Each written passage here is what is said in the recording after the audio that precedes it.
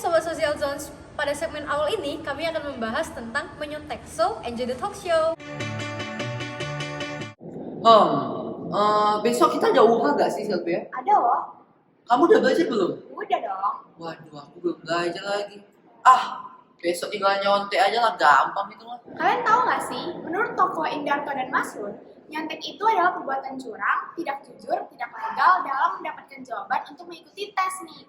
Pokoknya menghalalkan segala cara deh untuk mendapatkan nilai terbaik pada saat latihan, ulangan, atau ujian. Contohnya kayaknya nggak perlu dikasih tahu juga udah pada tahu deh ya.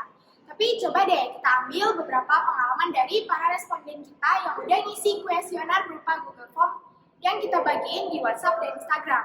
Ada yang bilang tulis contekan di kertas, ada yang bilang tulis contekan di tangan.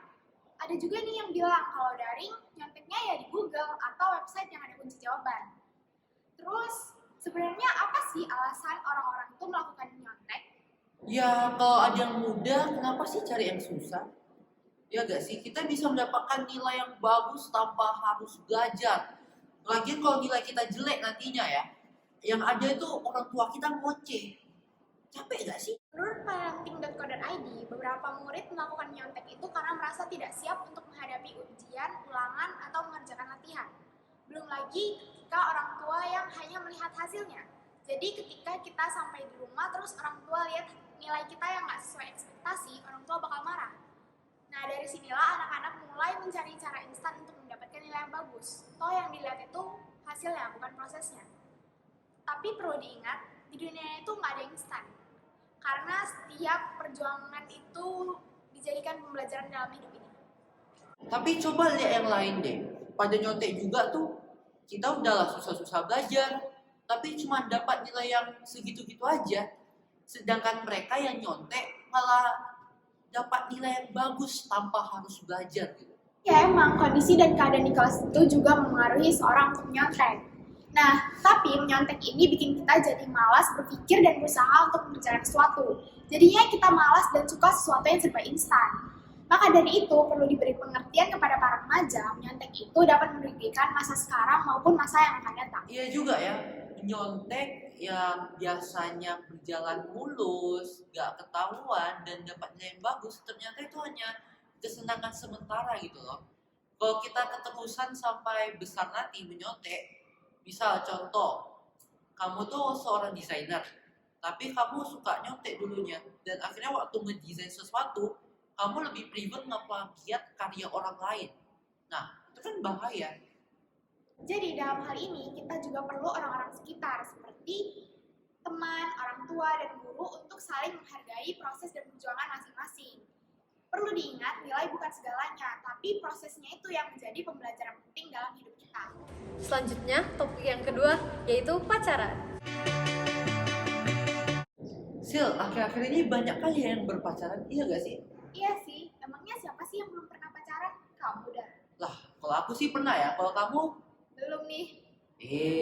Kalau gitu ngapain nanya? Gak apa-apa lah ya, tetap menjomblo walaupun di tengah gempuran pameran ayam, iya gak sih? Iya juga.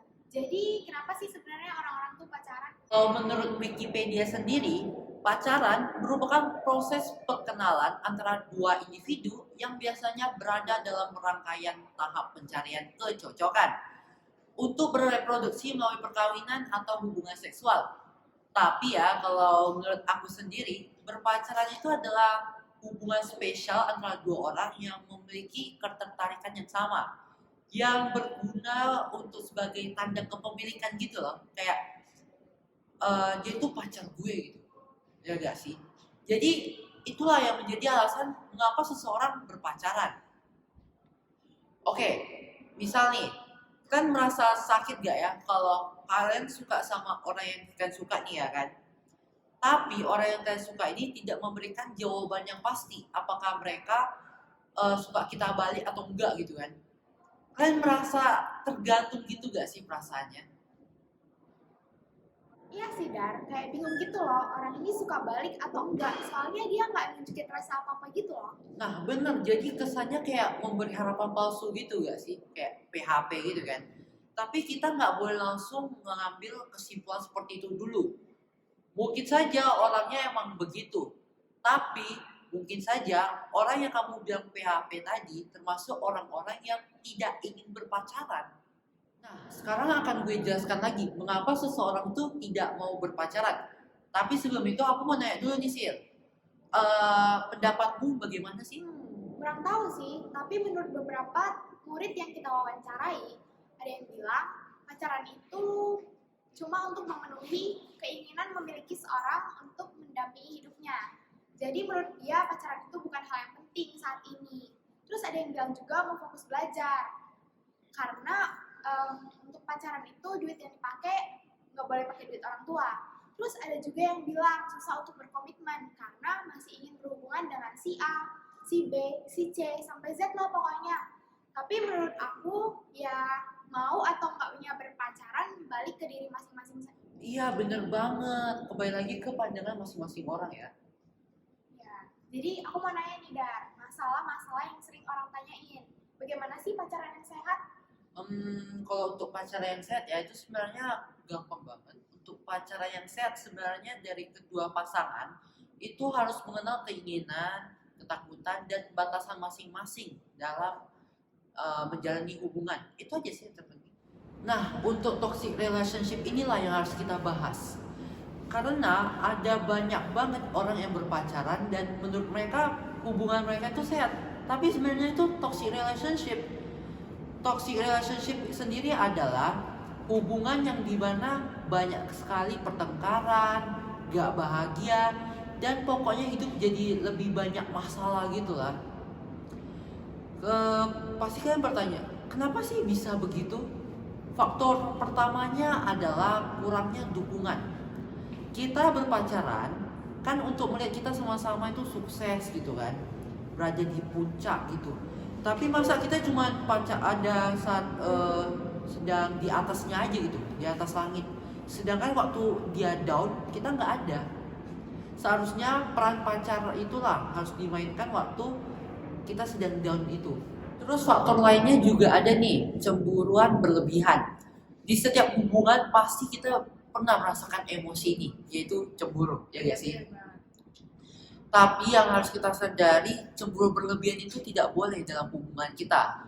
Misal nih Sil, Ya, yang mana tuh? kamu lihat pacarmu dekat dengan cewek lain nih, kamu cemburu. Itu sebenarnya hal yang wajar. Namun tidak wajar jika siapapun ceweknya itu yang ngedekatin pasangan kamu atau pacar kamu cemburu. Nah, itulah yang menjadi masalahnya. Kamu sudah menjadi pencemburu yang berlebihan. Oh gitu. Nah, itu bisa mengekang ruang gerak dari pasanganmu sendiri jadinya. Ya juga ya. Jadi bagi kalian yang nonton talk show ini, kurang-kurangin deh rasa cemburu yang berlebihan. Bener banget tuh Sil. Rasa tidak percaya kepada pasangan lah yang membuat kita menjadi toxic relationship. Jadi ada kalanya kita harus percaya juga dengan pasangan kita. Biar hubungan kita itu menjadi sehat gitu loh. Baik Dar, thank you nih penjelasannya. Ya sama-sama Sil. Kalau gitu coba cari pacar aja sana ya. Oke.